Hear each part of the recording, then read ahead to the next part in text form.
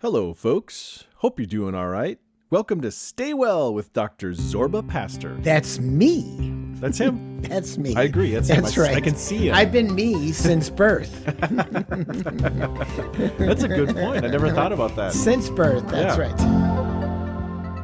I'm Carl Christensen, still. I'm sitting across the desk from the one and only Dr. Zorba Pastor. And I've been myself since I've started this extra-uterine life, the life outside of the uterus. That's right. That was my first life. Like 9 months confined and then pop. Here I am, 78.5 years later. 78 and a half. Shocking. And folks, still horseback riding. Yeah, I was a cowboy. From horse I was a riding. cowboy this Today. morning. Yeah. It was great. I was Yeah. playing cowboy. And you know what? I trotted.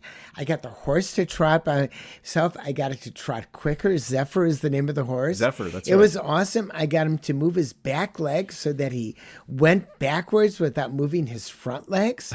I mean, I really crossed the line. I got off the saddle without hurting myself. I mean, I'm ready to... I am learning to be a cowboy. That's it. I'm amazing. going out west this summer again. Oh, really? Where are you going? I don't know. I haven't yet figured that out. Maybe the same place outside of Jackson. Okay. I don't know. I'm not going to exactly be a trail ride, but I want to take a little risk. Sure. I want to take a risk. So I want to talk about risk before we start. Okay, yeah, let's get to our show. We got a big show, all right? We got a big show. God, you're keeping me on track. Sorry. I can't believe it. You are keeping me on track. Did you have something else there that I just cut off? Coffee. Oh. I had coffee. That's right.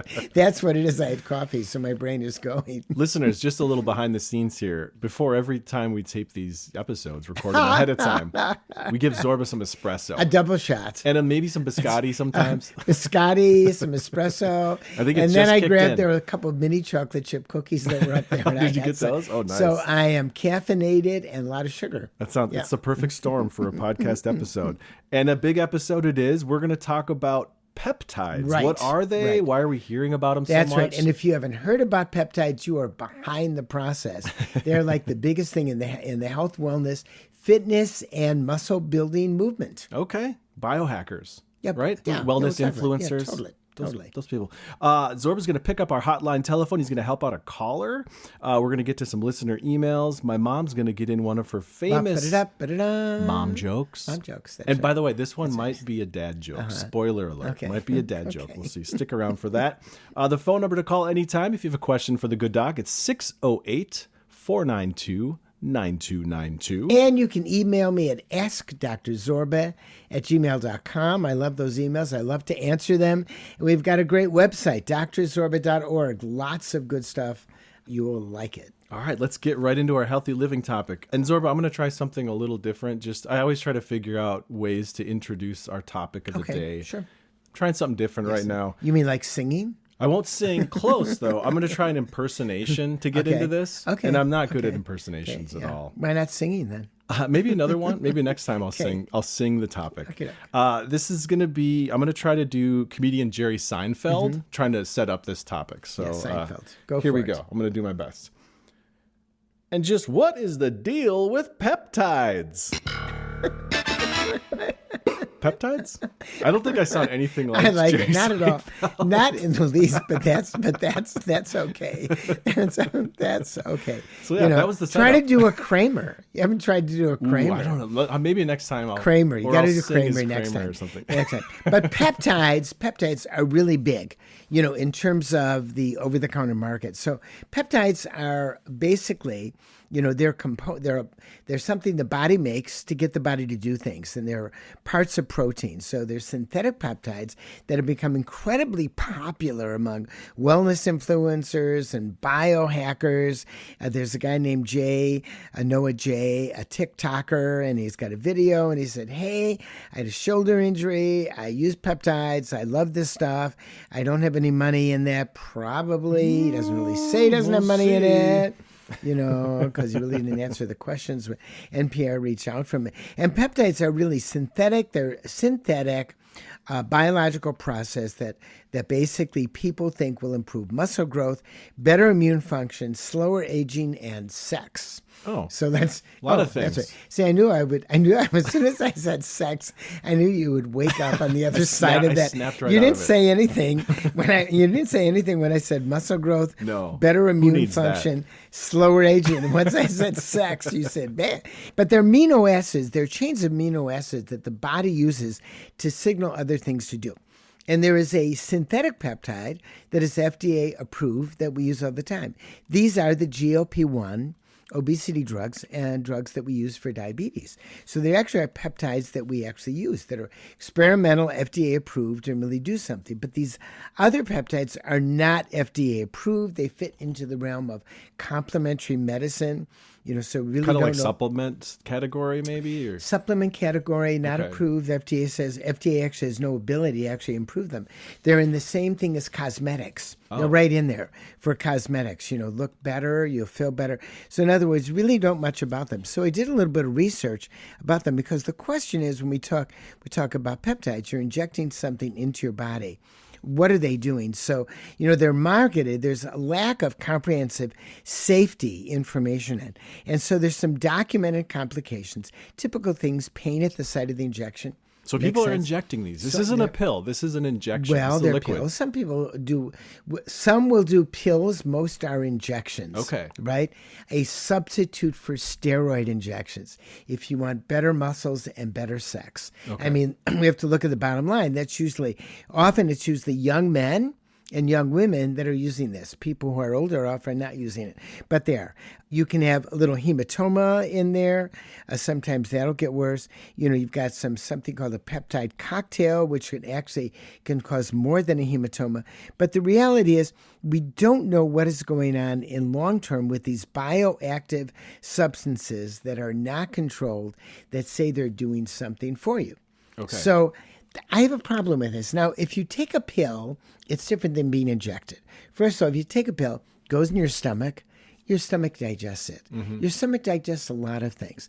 Things like arugula. Do you like arugula? You went right to arugula. I did. That. Do you like arugula? It's fine. Yeah. And a pizza. It's okay. Do you ever have a bowl of arugula? I think I have, yeah. How about 2 bowls? Like a big bowl of arugula. No, it's usually mixed in like a spring mix. Yeah, or something. Spring mix. Yeah. So it's okay in a spring mix. Right. Yeah. But if you had a giant bowl of arugula or something else, or you had a giant bowl of ice cream, let's say you had like 20 scoops, 15 scoops of ice cream. Bowl. You had a giant bowl, let's say you drank a quart of cream, your body would react to it, right? Sure. Because it's going through the digestive system.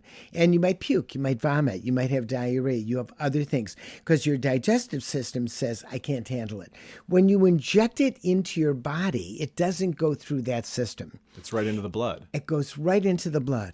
And let's face it, from an evolutionary point of view, our digestive system has actually been known to actually take care of us. It's a safety to vomit. Yeah. It's kind of a safety valve. Yeah. And the sense of smell, if something smells putrid, we don't eat it. Mm-hmm. We don't have it, or it may go into our mouth and we say, we don't like the taste of it, and we spit it out. When you inject something into your body, it bypasses a safety system called the gut. And once it bypasses that, it can cause problems. So I'm against these things. I'm against them because they're not FDA regulated. We don't know what the safety, and more importantly, there is no proven value other than TikTokers say, hey man, this really worked for me. Look how strong I am. I'm really strong. I can live 150 pounds because I took this. Why don't you get some? And by the way, I'm not going to tell you, man, whether or not I'm making money from this because you don't want to know that I've got a shell corporation. I'm going to make $10 million from this. But follow me because I'm handsome. I really look good. And like I told you, it's something that'll make you feel really better about yourself, man. And I know what I'm doing because of the way I'm speaking right now. Your TikToker voice is incredible. Anyway, stay away from peptides. Okay. If you want to swallow them, I still don't think it's a great idea, but at least your gut is going to be in charge. You put them in your body, forget it. And by the way, a lot of these people who are injecting peptides are afraid of vaccines. Come interesting on. Intersection there. You're going to inject a peptide which is not regulated versus a vaccine that has proven efficacy and safety.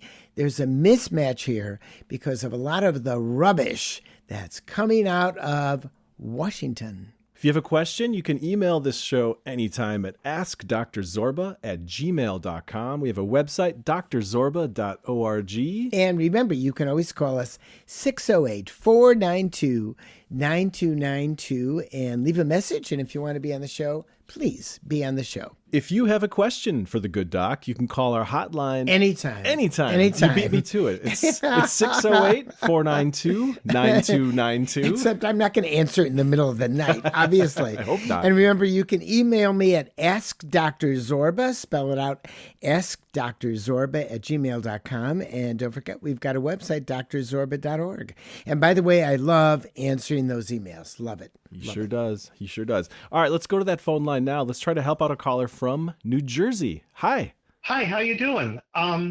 It's great to be on your show, and thank you for continuing it. Well, thank you. I have a Thank you. Sure. I have a question about the prescription sleep aid Ambien. Okay, sure.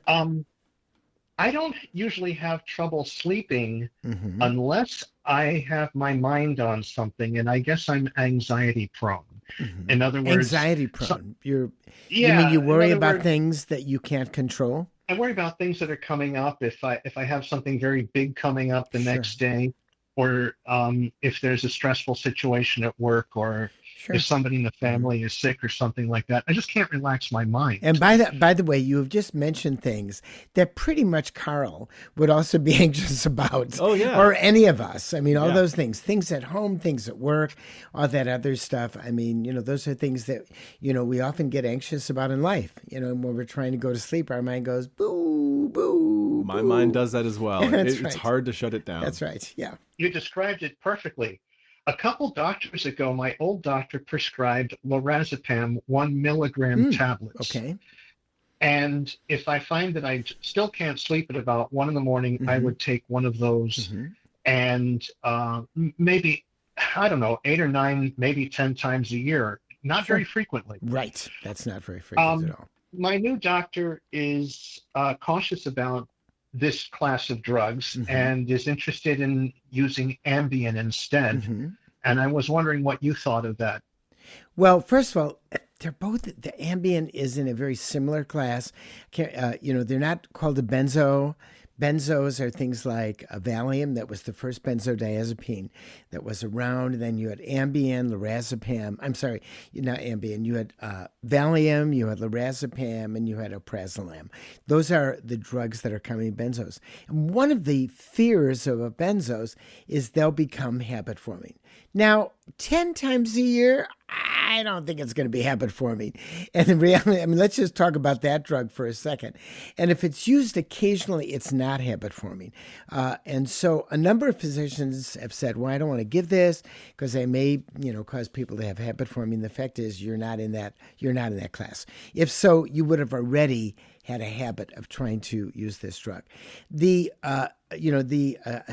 Ambien, which is a slightly different class, can also be habit forming. It's not a non-habit forming drug. It's a different drug. And frankly, it will probably work just as well as the lorazepam that you were taking, although it might not. So first of all, did you get a prescription for the Ambien? I did. I have not tried it yet. I would just try it. Probably would do the same thing, very similar. They have very similar onsets. I have people who I'd give this to who would use it 10 times a year, and I have no problem with that at all. And let me tell you something. I use it when I travel and I'm in the mountains on a ski trip. I happen to use Ambien, and I used to use a drug that was like lorazepam because when I'm on a ski trip in the mountains, I can never sleep very well. I get nightmares from mountain sickness. Altitude, maybe? Or I get a little altitude sickness. Well, yeah, those are my nightmares. They're basically from the altitude sickness. I don't get nightmares because, the nightmares then, how nightmares are. It's like I'm skiing and flying into a tree. Oh, okay. So I've got to take something. So the answer is get it filled. See whether or not it works. And the first thing I would do, no matter what milligram, I don't know if you got a 5 or 10 milligram tablet, but break the tablet in half and see if half a tablet works as well, no matter what it is, as a whole tablet. I always say, Good idea to start slow, especially with a new drug like this, and see if it works. And those tablets are very tiny, so you might have to spend a little bit of money and get a little tablet splitter on there. But I would try it. And if it doesn't work, tell your doctor, look, I like the alprazolam better. It worked better for me. I have a question. After you use it, for the next day or two, do you have trouble sleeping? No. Good. Usually whenever it is that had my mind all wound up is kind of unwound sufficiently by the next evening.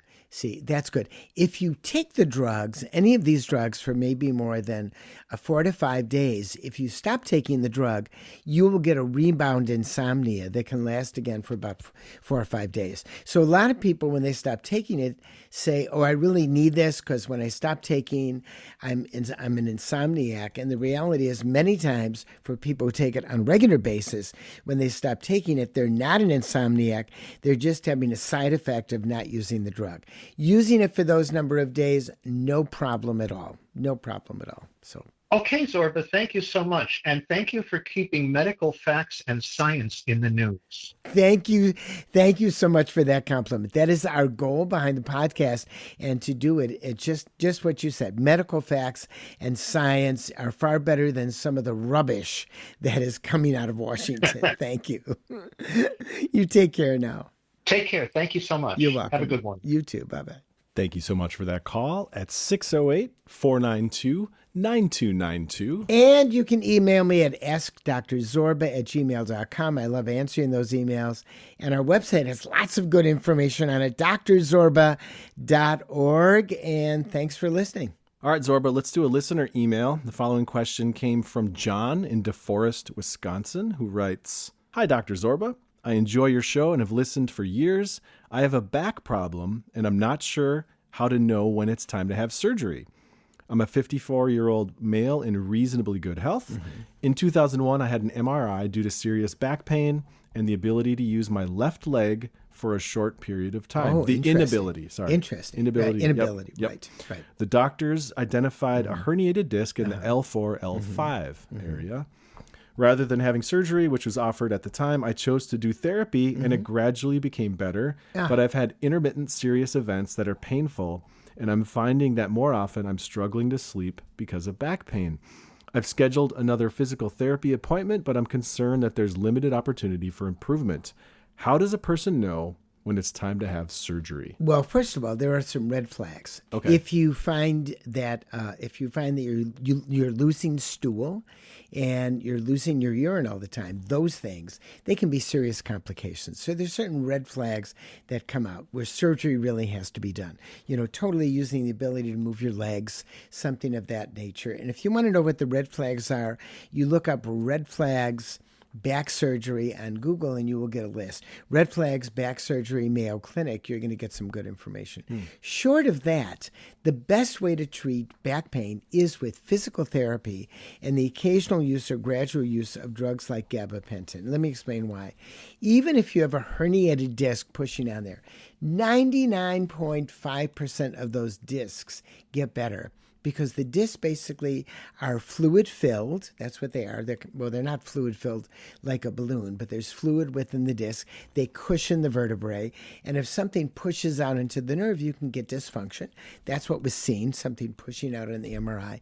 And over time, it desiccates, which is the word. It tends to dry out and pull back. And then it's not touching that nerve. And obviously, in 2001, when he was offered back surgery, he made the right decision, because you don't want to get back surgery, and it got better. The pain goes on and off. The first thing I would do if they came into the office, I would say, okay, let's send you to physical therapy. Are you doing exercises twice a day, 10 minutes in the morning, 10 minutes in the evening? Do everything you can, which, short of even taking medications. And then if that doesn't work, especially at bedtime, gabapentin, 100 to 300 milligrams at bedtime, an hour before you go to sleep, can get those nerves to settle down so you don't get those bright, sharp pains. And let me give you an example. I have neuropathic pain in my back. I've got it. Had it for years, never paid attention to it. Had a CT scan done for a kidney stone. And lo and behold, I have a couple of vertebrae that are fused. And they're kind of out of alignment. I said, oh, wow, look at that. And my urologist said, oh yeah, look at that. Not my department. I'm a urologist. But I mean, we both looked at that. Separate bill. Said, you liked it. That's right. I do the plumbing. They do the woodwork. I do the plumbing. I like that. Send it over the woodwork guy. But I didn't do anything at all. But I get neuropathic back pain. I occasionally use gabapentin on nights that are bad for me. I've discovered if I exercise more, I get less pain. Am I going to have back surgery? Not at all. Unless I have any of those serious red flags, which you cannot miss, or unless I have unremitting pain. Now, unremitting pain, no matter what you do, the pain is there. It's unremitting either at nighttime or in the morning time. And that's more or less where you judge that. And then the question is, where do you go? How do you find a good neurosurgeon or orthopedic surgeon that does backs that isn't going to do your back when it doesn't need it? That becomes a difficult issue because there are good surgeons out there, and there are the surgeons who will say, like the surgeon in 2001 in this person, oh yeah, I can fix that. You don't want somebody like that. You want someone who says, fine, do everything you can without surgery, and then if the pain is still there, I'll look at it again. That's the kind of surgeon you want to consult. Carl. Tell me, Zorba. You know how much I love coffee. Oh, you right? love coffee. Years ago, I tried Just Coffee Co-op's Bike Fuel. Bike Fuel. Medium roast coffee. Yeah. And I was smitten. It's fair trade organic coffee. I bought it and I am hooked. You're still drinking it today. Absolutely. Yeah, Just Coffee Cooperative. It's a worker-owned fair trade and organic coffee roasting co-op in Madison, Wisconsin. And they're dedicated to a model of commerce based on transparency, respect for labor, and environmental sustainability. That's right, Carol. No flavors, no additives, just coffee. And guess what, listeners? If you use the code ZORBA10, you'll get 10% off your entire order on their website, www.justcoffee.coop. Just Coffee Cooperative. Justice from the grounds up.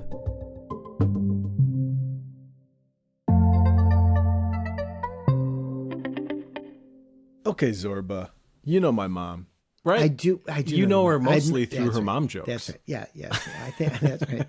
That's right. Mom jokes. But I don't know if you know my dad very well. So I know your dad's a runner. he is. Yeah, he was a runner. He was a track sprinter back Wait a in the minute. day. He also at his high school he held the record, or was it at the state? He had the Minnesota state record for the 100-yard dash. Huh. Back when it was the 100-yard dash. Now it's the meter, No, the 100-yard dash. That's what we did. Yeah. How many years did he hold it for? I can't remember. Maybe like 8 to 10 years 8 or to something. 10 I'm years, just so guessing. He was really He was fast in the 60s. He was really fast. Yeah. Is he still fast? He's pretty fast still. He still plays, full court basketball, 5-on-5 basketball every Sunday. Every Sunday. Every Sunday. And how old is he? He's 79. Oh my God, he's 79, And he's still doing. And he still plays basketball with guys half his age all the time. Wow, with guys half his age. See, you've got good genes there. He's nutty about that. He loves his basketball. Anyways, what I'm getting at here is he's listened to the podcast, and I talked to him the other day, and he said, you do a lot of mom jokes. Can you maybe do a dad joke? Oh, wow. And he said he wants to get in on it. He stepped up to the plate. Yeah, he's got a dad joke. So we're going to do a dad joke today. He went on today. to the court, stepped up to the plate. Exactly. Sorry, went on to the court. Yep. He wants to be the substitute. Take the mom out, put the dad in. Put me in, coach. I got a joke too. Put me in, coach. That's right. That's right. So okay. This is a dad joke. Okay, dad joke. From my dad. Dad joke narrated by dad. By dad. By dad. By Tom By Christensen. Tom. Okay. All right, let's hear how well he does with a dad joke. Mom joke. Dad jokes. Walking back to your chair each time after you bowl, is it ever not awkward? Like, what are you even supposed to do? I struggle with what expression I'm supposed to have on my face. Oh, God. Yeah, that's a weird one, Dad. That's pretty weird. Do you ever bowl? Of course. You kidding? Do you As a ever kid feel that when you're in bowling? Chicago, you don't know what to do when you're walking. You're back. walking back. People You're are walking looking back. at People you. are looking like, at you, yeah, or they're what do I looking at the do? ball. Yeah. They're either smiling because you got a strike or a spare, So I see or they're what he's looking at you saying. and you didn't get anything, and Right. it went in the gutter and you don't know what to do. Yeah. Yeah, it's one of those What awkward do you do? moments in life. Yeah. So I get it, Dad. Yeah, I that's see right. what you're saying. That was there. good. Yeah, that's right. That's a weird one, though. Yeah, that is Maybe a we'll go weird back one. to mom Yeah. jokes. Well, no, you can do a dad joke if he does it on something on the basketball court. That's it. You don't feel bad on a basketball court walking back, right? It's like you tried your best. Right. What is it about bowling? I don't know what it is. Maybe there's a crowd Is it a sitting sport? there. Is bowling a sport? Oh, definitely. Oh, it's definitely. a sport. See, it's such a Wisconsin Come on, we're in thing. Wisconsin. That it's a sport. That's right. It's That's an right. institution. That's right. It's an institution. That's right. At high school, Oregon High School, one of the high school things is they do bowling in the local Oregon Oh, that's bowling. cool. Oh, yeah, they do bowling. Yeah, that's cool. See, immediately. I'd be into That's that. cool. They did bowling as part of high school. There's swimming and there's bowling. Which really counts more in life? You'll probably bowl more in your life. Yeah, than you'll well, swim, maybe, unless you swim a lot. but there's a safety issue. You have to handle the ball properly, Right. so you don't break your foot. But when it comes to swimming, if you fall out of the boat because you're fishing in Wisconsin after you had a couple of beer, the swimming is going to do you a lot more good than the bowling. It is better for survival. I agree. Maybe I'm on your side now. Yeah. Anyways, yeah. I kind of want to go bowling now that we're talking about bowling. But we have to do let's do another listener question. Let's dive back into the old email bag. This is from Nina in Buffalo, New York, who writes, I've heard you mention possible vitamin supplements that are good to take. I already take a daily D3 and fish oil. I'm also on rosuvastatin and levothyroxine. Excellent. Levothyroxine. I really butchered You that. did a great job. You didn't butcher it. I can understand. Thyroid. Okay, gotcha. Thyroid medicine. My question is, you mentioned that it is good to take daily calcium. Mm-hmm. In the past, I've taken calcium, but then I've stopped when I heard the following. 1, it wasn't absorbed. Or 2, it's harmful in some way. Or 3, there's good and bad calcium. Or 4, finally, be careful when you take it and with what foods you take it with.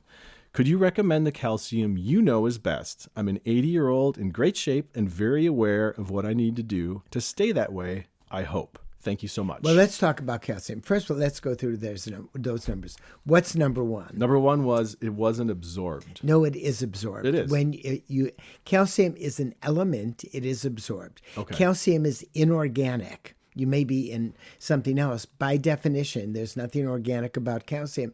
It's an element. Okay. Elements are inorganic. Gotcha. Next. Number 2, it's harmful in some way, perhaps. Well, if you take 2,000 milligrams of calcium at one point, it will all of a sudden absorb into your body. Calcium level will be higher. And there's a theoretical possibility that during that time, which is about 20 minutes, that you're putting your heart at risk for an arrhythmia. That's actually very interesting.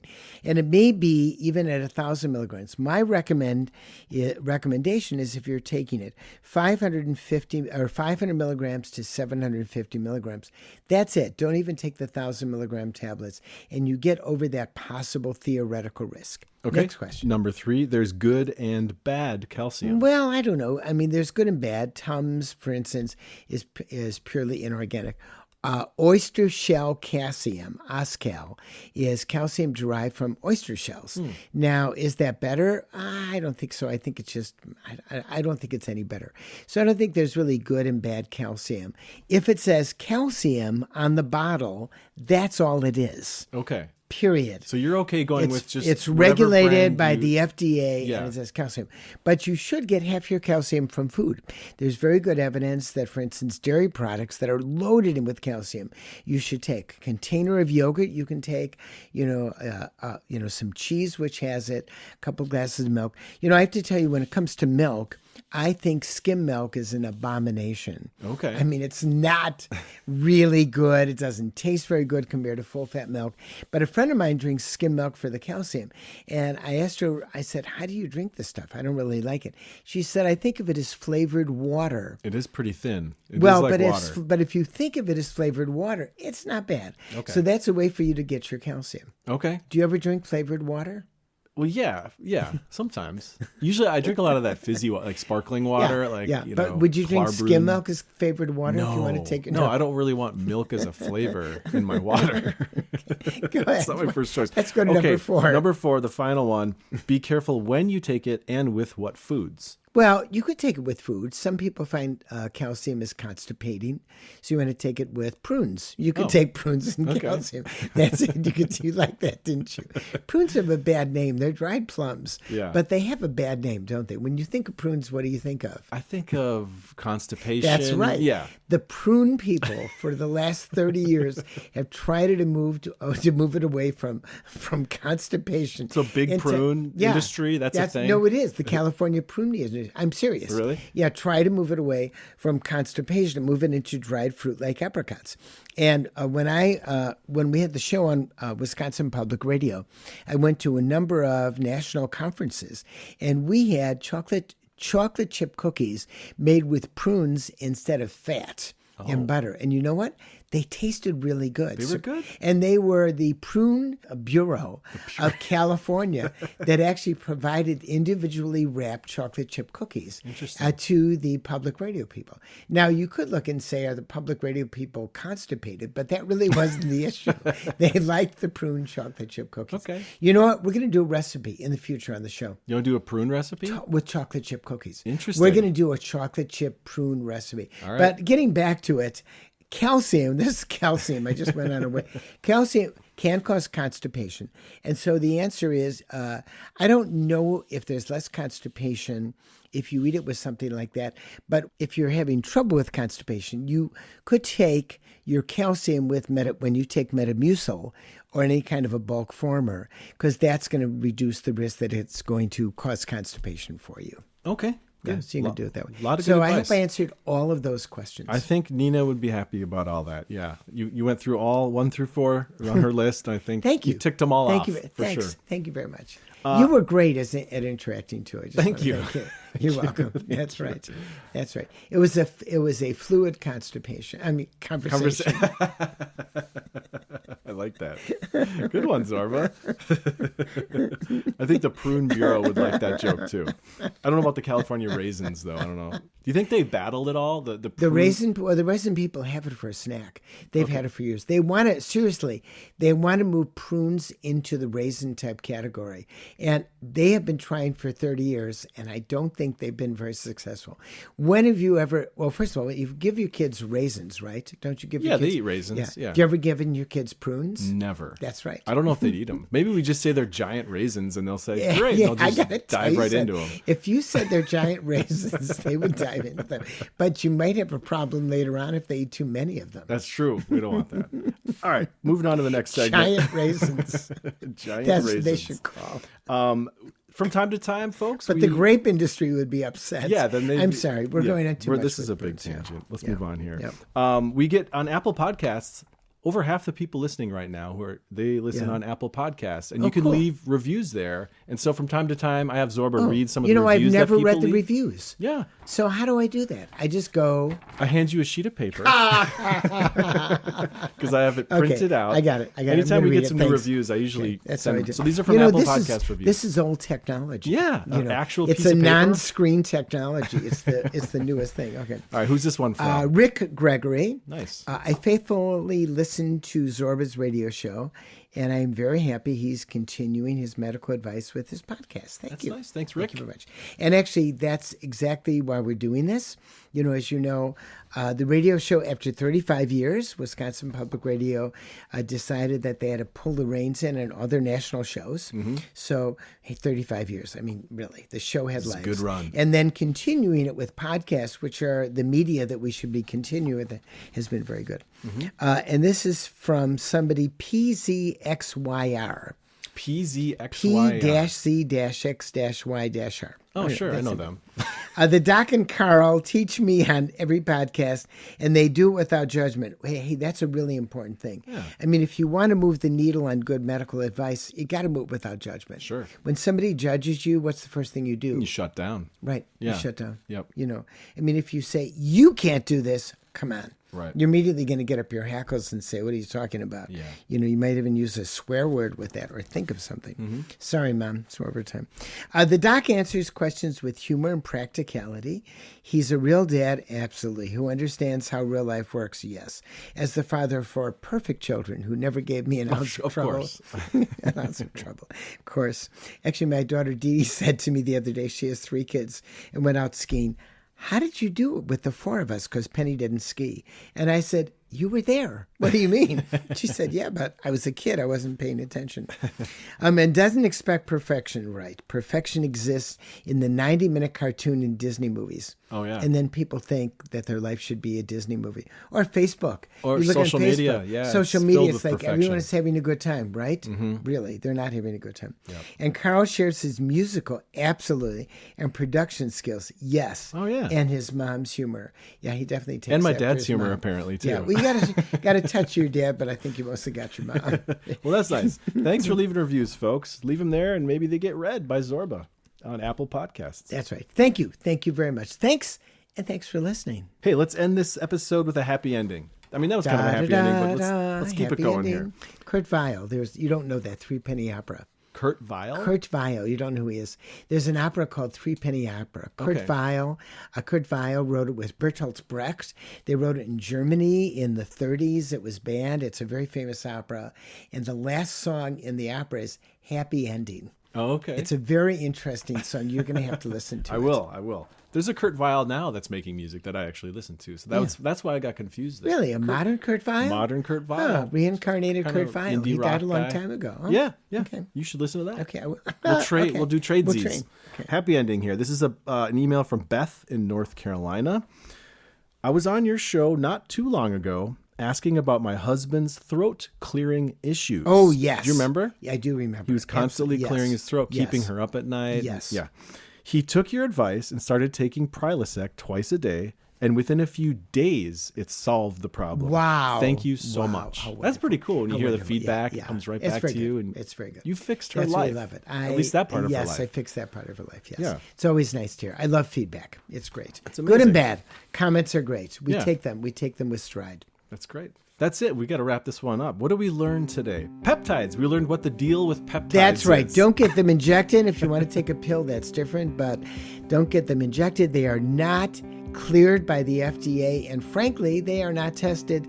They are only YouTube and TikTok recommended by influencers. And if you want to be influenced by something that gets injected into your body, make it scientifically based, at least. Yeah, it's going right in your blood. Better. Zorba helped out a caller about sleep aids, Ambien, Yes. etc.